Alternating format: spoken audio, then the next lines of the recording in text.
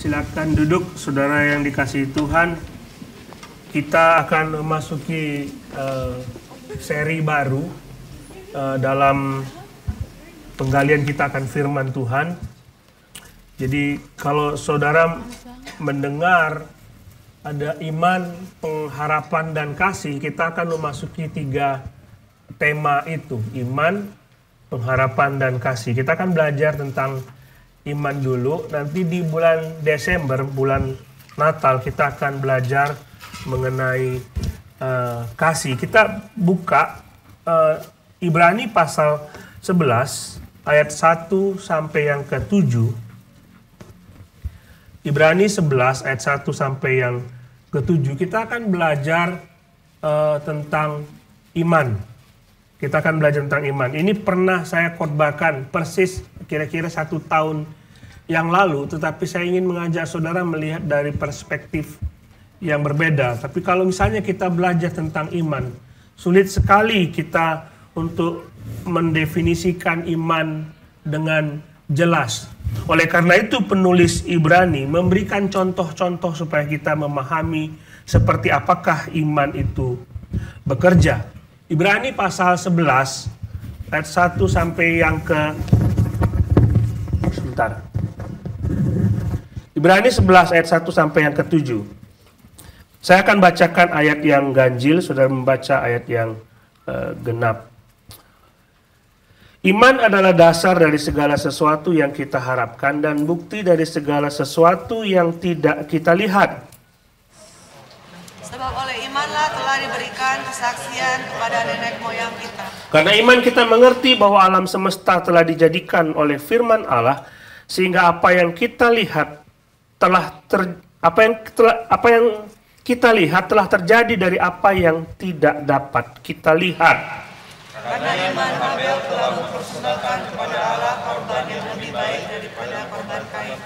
Dengan jalan itu memperolehkan kesaksian padanya bahwa ia benar. Karena Allah berkenan akan persembahannya itu.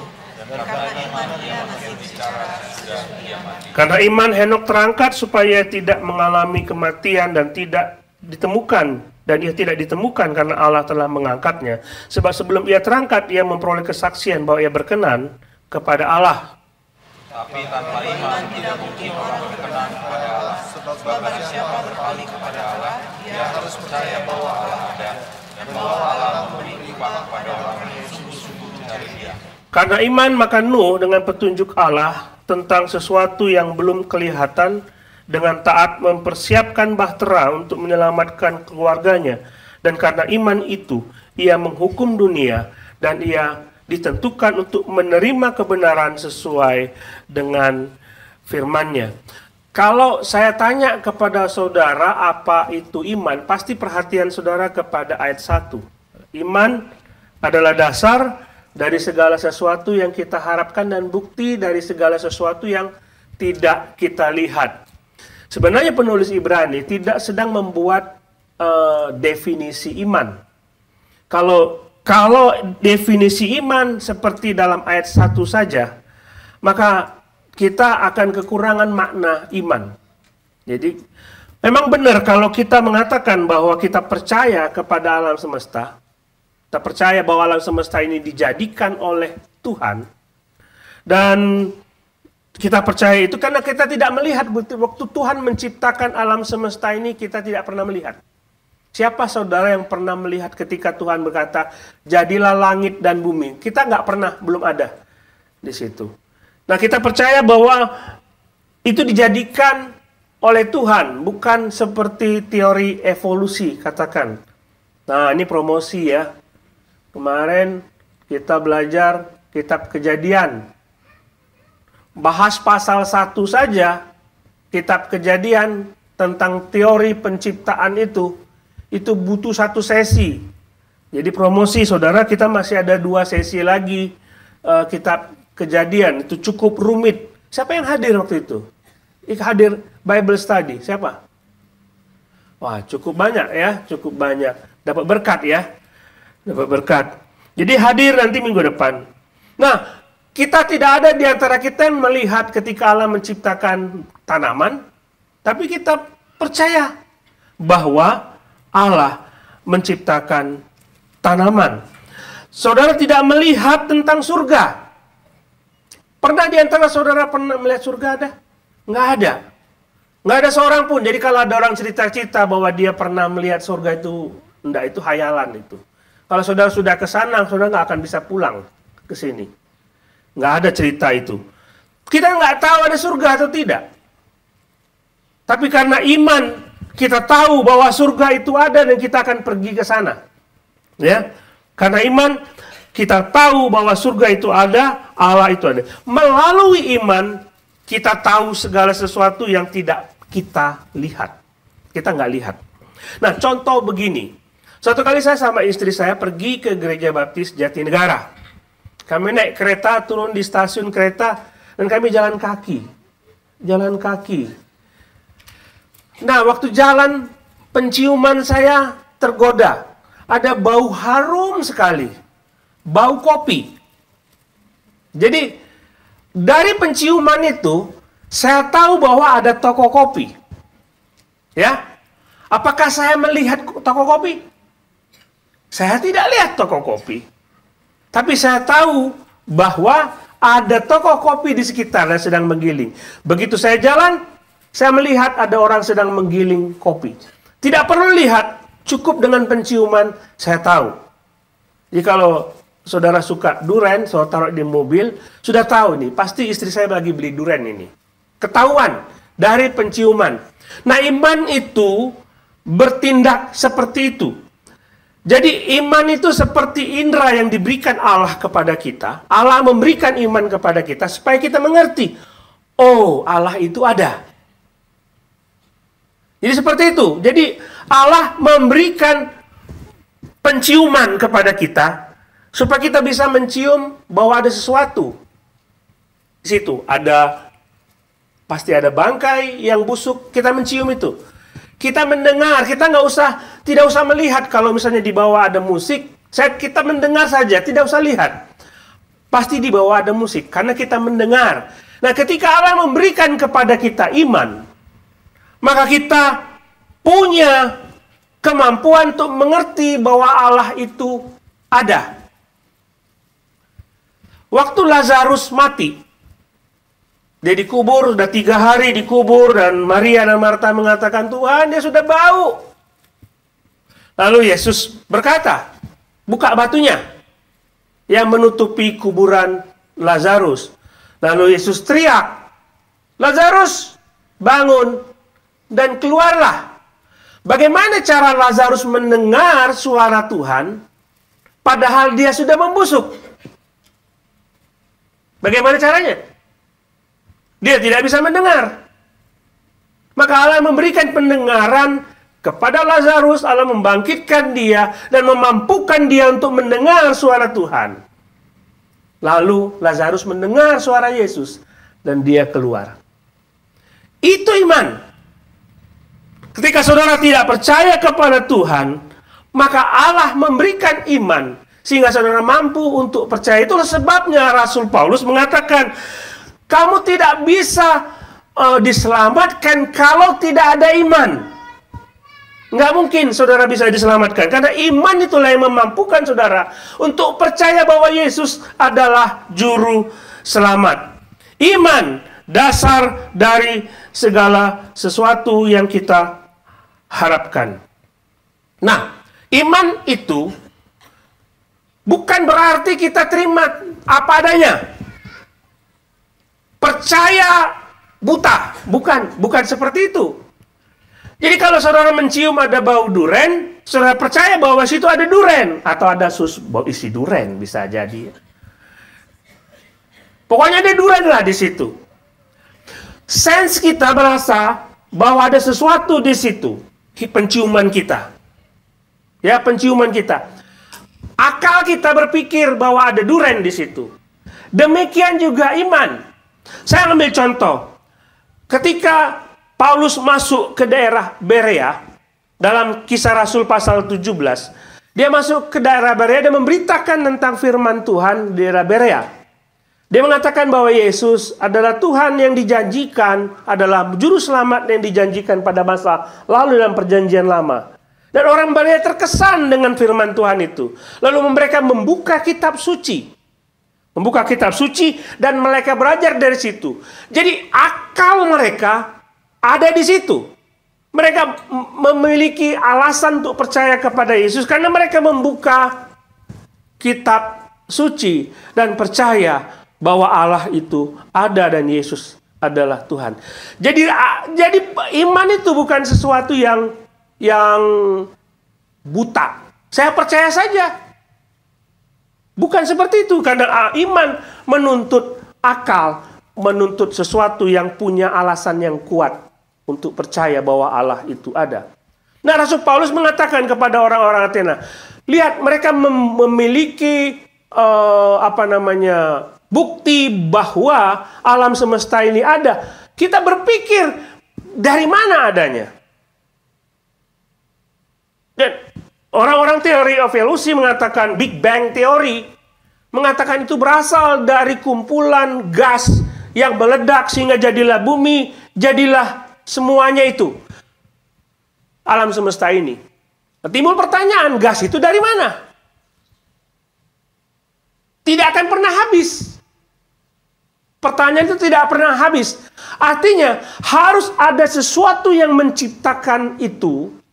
Kita punya alasan. Harus ada sesuatu yang menciptakan itu sehingga ada. Jadi iman itu menuntut alasan kita untuk berpikir. Nah, lalu bagaimana aplikasi iman itu?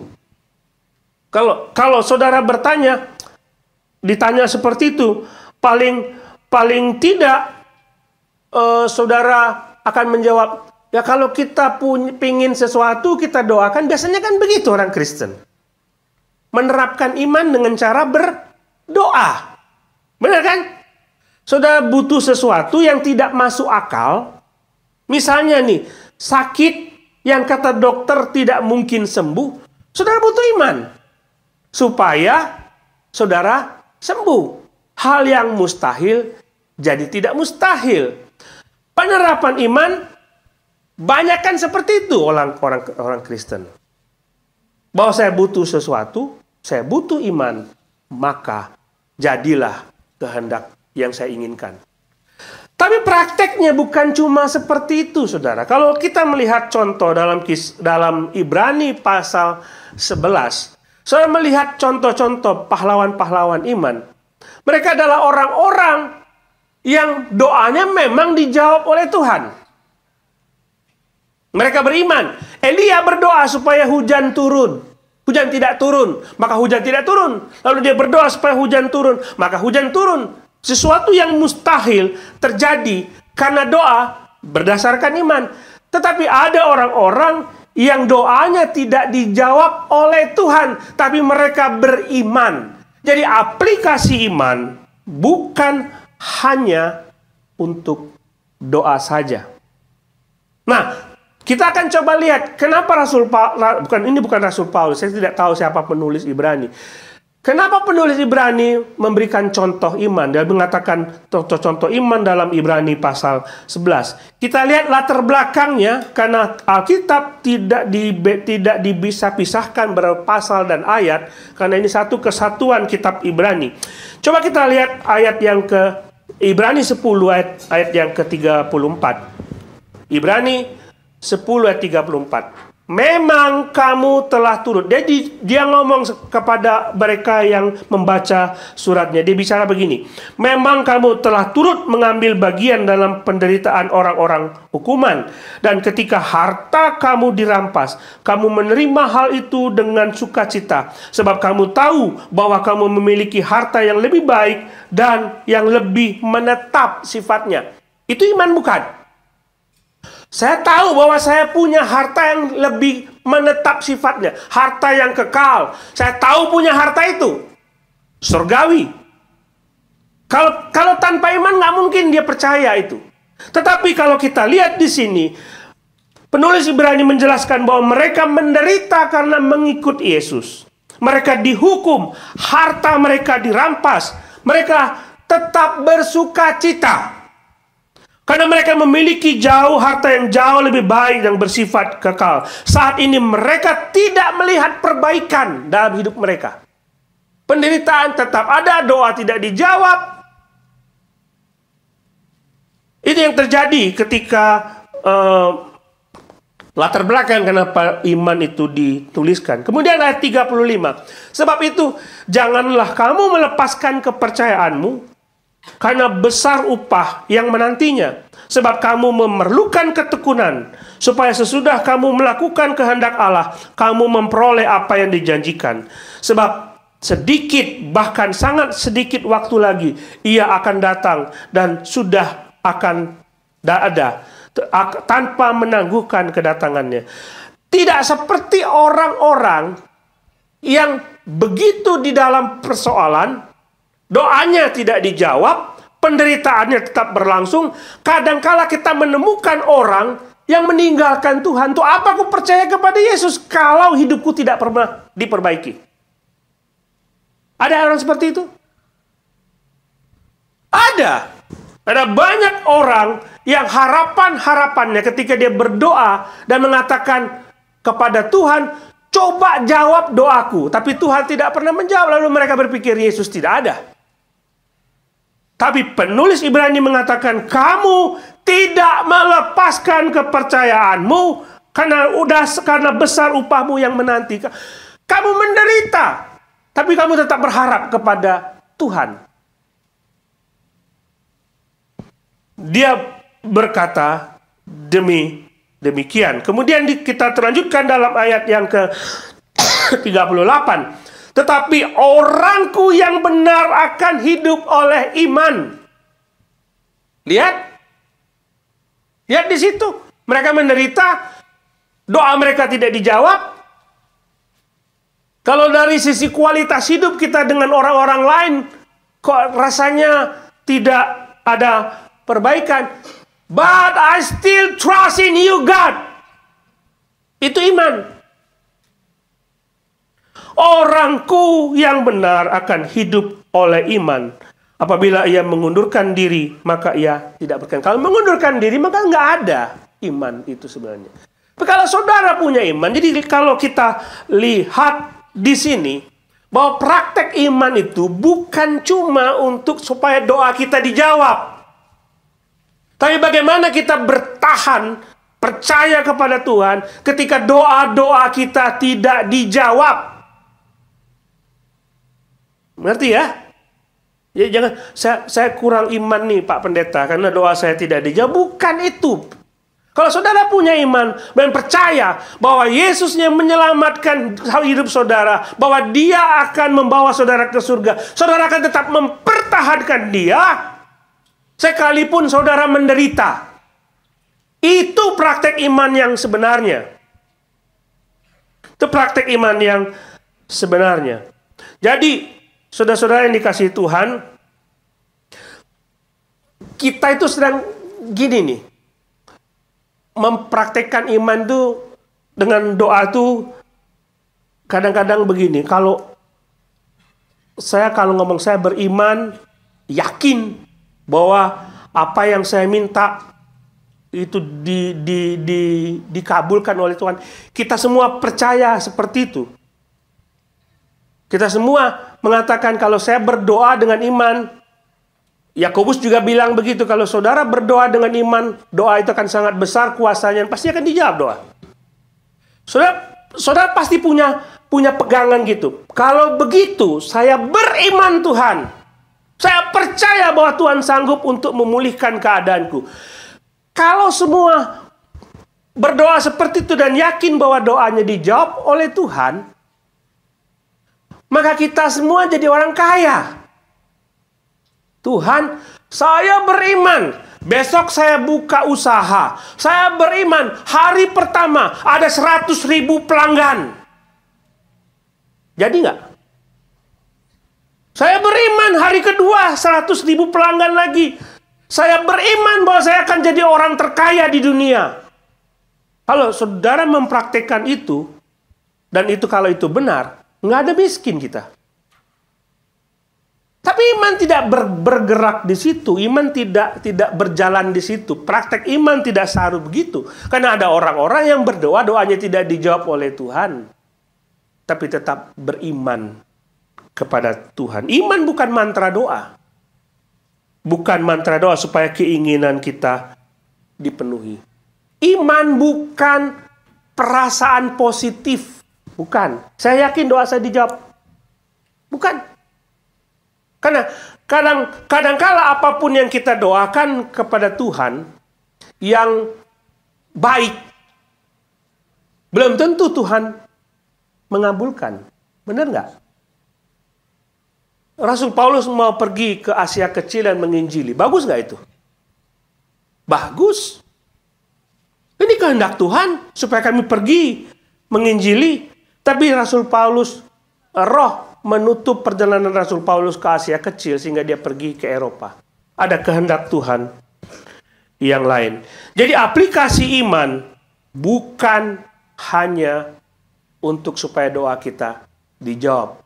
Nah, kita akan melihat 3 contoh orang. Habel, Henok, dan Nuh. Kenapa dimulai dari Habel? Kenapa nggak dimulai dari Adam? Adam butuh iman nggak? Adam butuh iman nggak? Butuh? Dia sudah lihat Allah. Bukti apa lagi? Untuk melihat Allah nggak perlu pakai iman karena dia mata kepala di sini sudah melihat Tuhan. Tapi Habel tidak melihat. Dimulai dari Habel dan dimulai juga dari Habel, Henok, dan Nuh.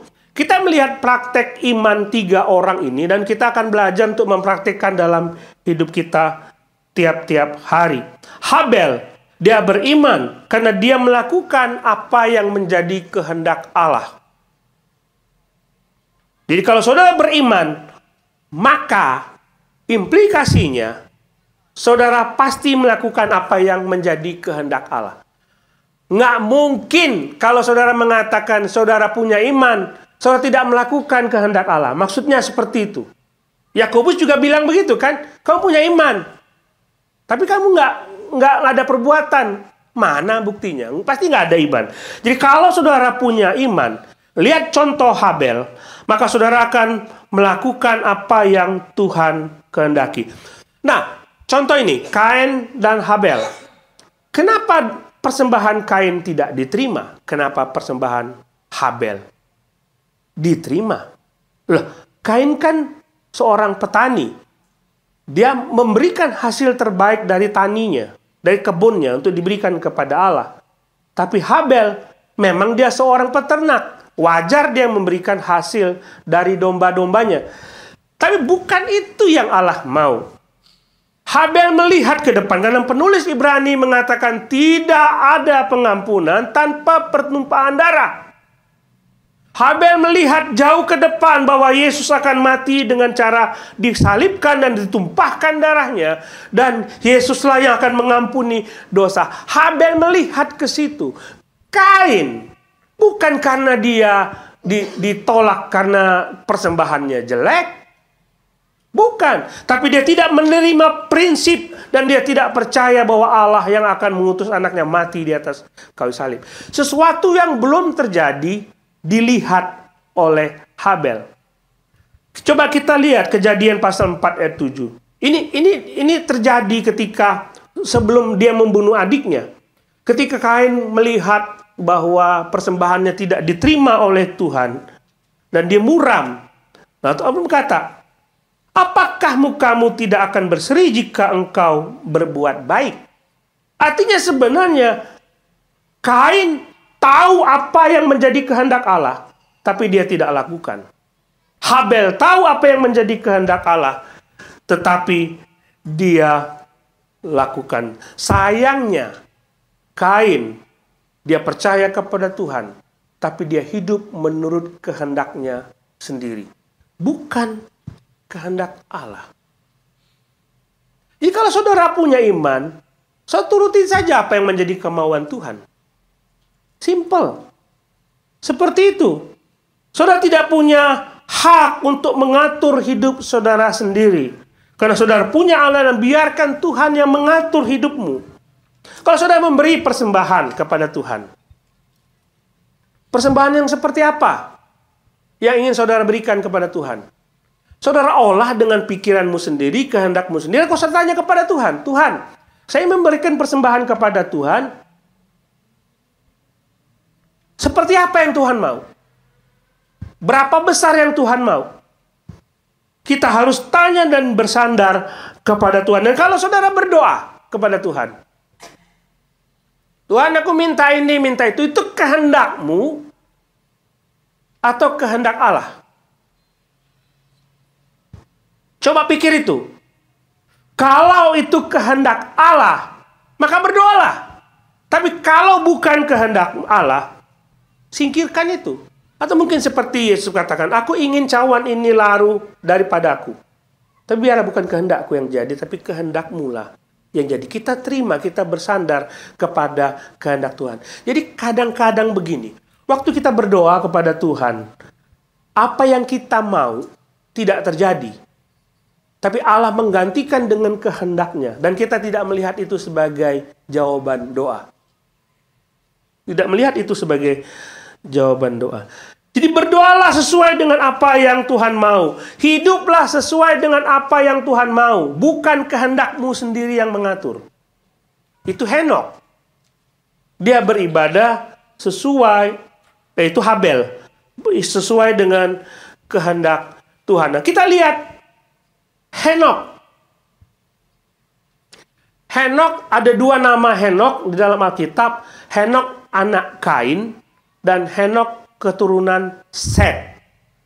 Terbaca dalam Kejadian pasal 4. Nanti saudara ketemu dengan keturunan Kain. Kain memperanakkan Henok. Bukan Henok itu yang dimaksud. Henok yang dimaksud adalah keturunan ketujuh dari Adam. Nah, di dalam pasal yang keempat, saudara bertemu dengan namanya Lamek. Lamek keturunan ketujuh dari Kain. Jadi mereka hidup sezaman. Lameknya Kain dan Henoknya Set hidup satu zaman. Nah, Kain pernah membunuh Habel. Lalu keturunan ketujuh dari Adam itu, Lamek namanya, dia membunuh dua orang. Kalau Kain dikutuk dengan 7 kali hukuman, maka saya 70 kali 7. Jadi Lamek hidup dengan tidak benar di hadapan Tuhan. Dalam angkatan yang seperti itu, Henok hidup berbeda. Dia tidak mau menyenangkan dirinya sendiri, hidup dengan kemauannya dia sendiri. Dia hidup ingin menyenangkan Tuhan. Dia ingin hidup menyenangkan Tuhan. Kata berkenan, misalnya dalam ayat 6, tanpa iman tidak mungkin orang berkenan kepada Allah. Berkenan itu adalah kata menyenangkan. Tidak ada di antara kita yang mau hidup tidak menyenangkan Tuhan. Kita semua mau menyenangkan Tuhan, benar nggak? Kita semua mau menyenangkan Tuhan. Tapi kebanyakan orang Kristen hanya ingin menyenangkan dirinya sendiri. Saudara tahu apa itu cara menyenangkan Tuhan? Tahu. Tapi kebanyakan kita mau hidup sesuai dengan keinginan kita sendiri. Apa yang nyaman bagi kita, bukan apa yang nyaman bagi Tuhan. Simpel begini deh. Simpelnya begini. Kalau saudara berdoa kepada Tuhan, saudara gini, Tuhan, saya mau ini. Coba pikir permintaan saudara menyenangkan Tuhan atau tidak. Kalau saudara mengatakan saya tidak mau ibadah hari ini, nggak mau beribadah hari ini, keputusan saudara untuk tidak beribadah itu menyenangkan Tuhan atau tidak? Pikir saja seperti itu. Saudara tahu kan jawabannya? Jadi saudara tahu apa yang menyenangkan Tuhan. Kalau saudara punya iman, pasti saudara mau menyenangkan Tuhan. Mencuri itu menyenangkan Tuhan enggak? Enggak kan? Maka stop, saudara tidak mau mencuri. Tuhan biarlah engkau disenangkan dengan aku tidak ke gereja. Nggak ada seperti itu. Membaca Alkitab menyenangkan Tuhan nggak? Menyenangkan. Tapi kita, Tuhan tahulah aku capek. Seperti itu. Jadi Henokh memberi contoh bagaimana cara hidup menyenangkan Tuhan. Dia bergaul bersama-sama dengan Tuhan. Dan dia diangkat oleh Tuhan. Orang pertama yang diangkat oleh Tuhan. Jadi istrinya mungkin, mana suamiku ya? Kok nggak ada? Anak-anaknya, papa di mana? Hilang. Tetangganya mana? Mana Henokh? Nggak ada. Akhirnya mereka tahu. Henokh yang bergaul sama Tuhan itu diangkat oleh Tuhan. Nggak ada di antara kita yang hidup mau tidak menyenangkan Tuhan. Kita pasti mau menyenangkan Tuhan. Kalau saya selingkuh, Tuhan seneng nggak? Ih, cantik bener ya dia. Nggak ketahuan sih nggak apa-apa. Tuhan seneng nggak? Pikir dong. Kalau kita punya niat itu, pasti kita mundur. Karena kita tahu itu tidak menyenangkan Tuhan. Kalau saudara mau berzina, saudara juga akan berpikir ini menyenangkan Tuhan atau tidak. Kalau Tuhan saudara tidak, pasti Tuhan nggak senang. Kalau tidak sedang, jangan dilakukan. Seperti itu hidup iman. Karena saya tahu, saya percaya kepada Tuhan, saya harus hidup seperti ini. Maka hidup saudara akan membuat Tuhan. Buat begini deh. Waktu Tuhan hidupmu, kira-kira dia tersenyum atau tidak? Senyum nggak? Atau dia kecewa? Dia sedih? Nah, kita lihat Nuh. Kemarin kita belajar tentang Nabi Nuh dalam Bible Study. Jadi promo sekali lagi ya. Jadi saya harap sebanyak ini besok Bible Study ya. Kitab Kejadian. Ayo kita, bentar. Kalau belajar Alkitab menyenangkan Tuhan nggak?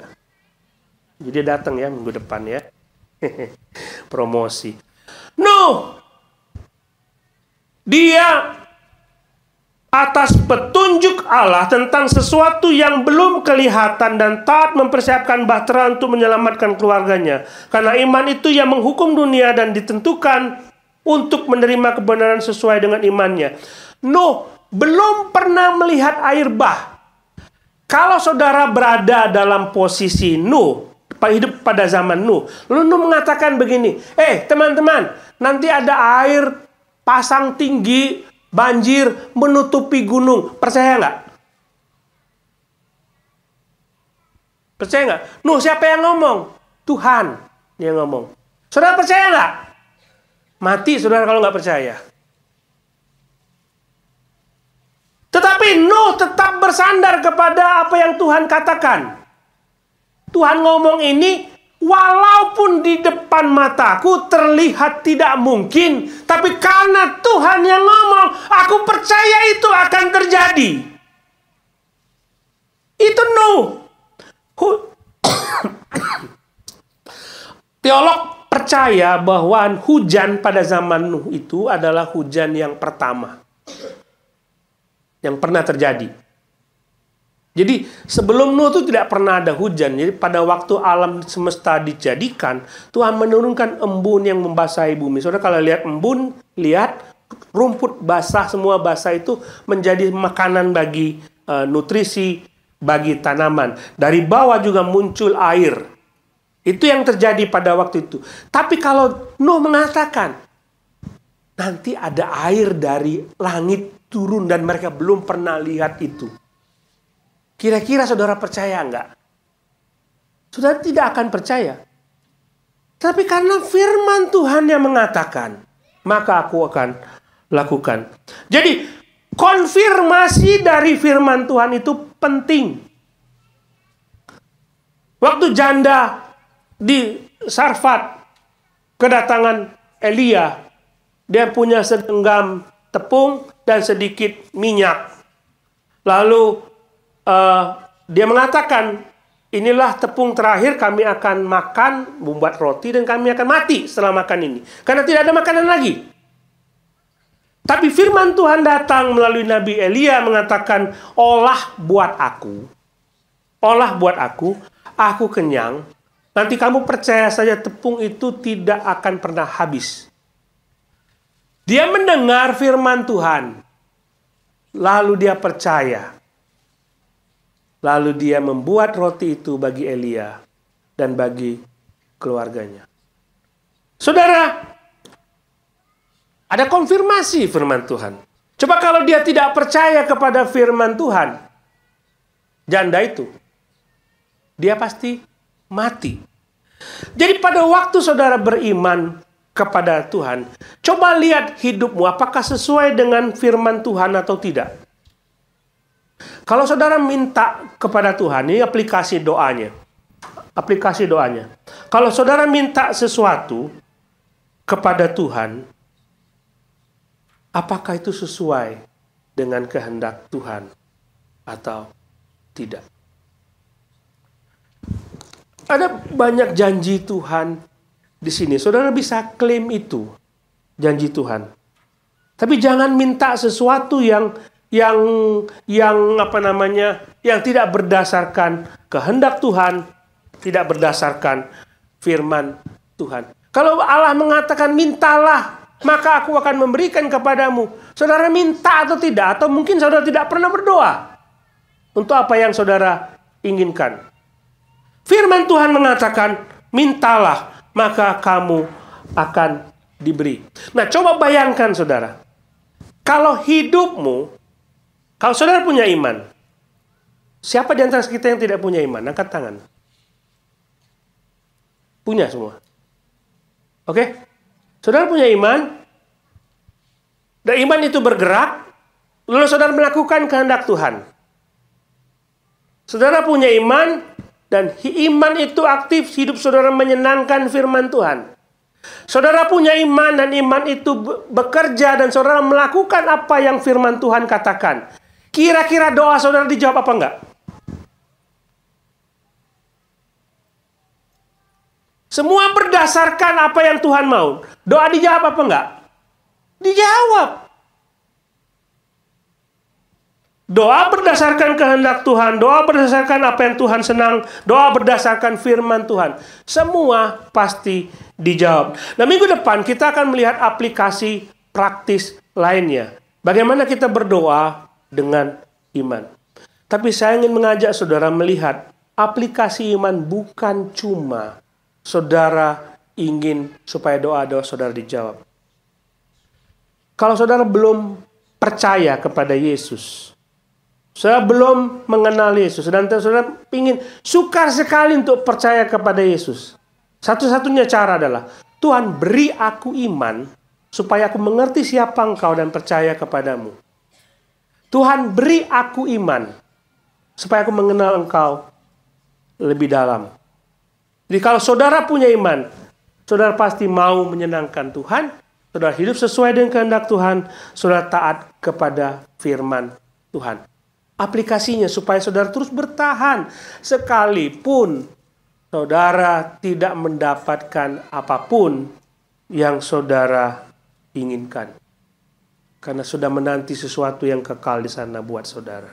Amin. Mari kita berdoa.